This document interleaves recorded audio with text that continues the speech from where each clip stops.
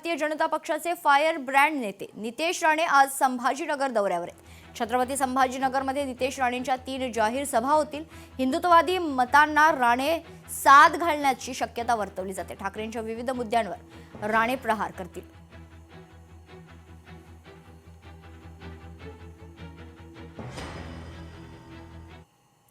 सोलापूरला दररोज पाणी पुरवठा करू शकलो नाही तर आमदारकीचा त्याग करेन, असं मोठं विधान सभेत आमदार रवींद्र कोठे यांनी केलंय।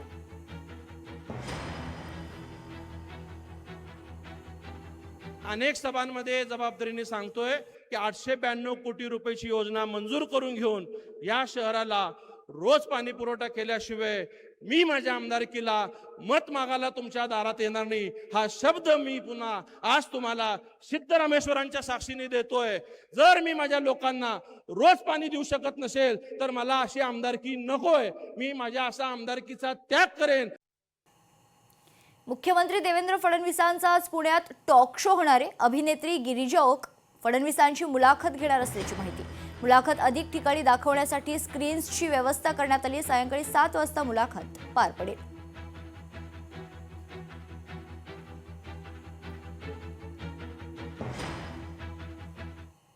नांदेड महानगरपालिका निवडणुकीच्या रणधुमाळीत माजी मुख्यमंत्री अशोक चव्हाणांनी शहरात एक महत्त्वाची बैठक घेतली। मात्र यावेळी प्रभागातील नागरिकांकडून रोष व्यक्त करण्यात आलाय। मागील 5 वर्षात निवडून आलेला उमेदवार परिसरात आलाच नाही असा आरोप करून मतदारांनी तीव्र नाराजी व्यक्त केली आहे।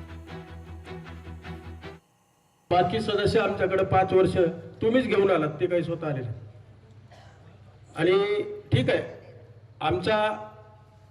आमचं व्हिजन असं आहे, साहेबांचं जे व्हिजन आहे नांदेड विकसित करण्यासाठी, त्याच्यासाठी आपल्या सगळ्यांच्या मताचं प्रोव्हिजन आवश्यक आहे।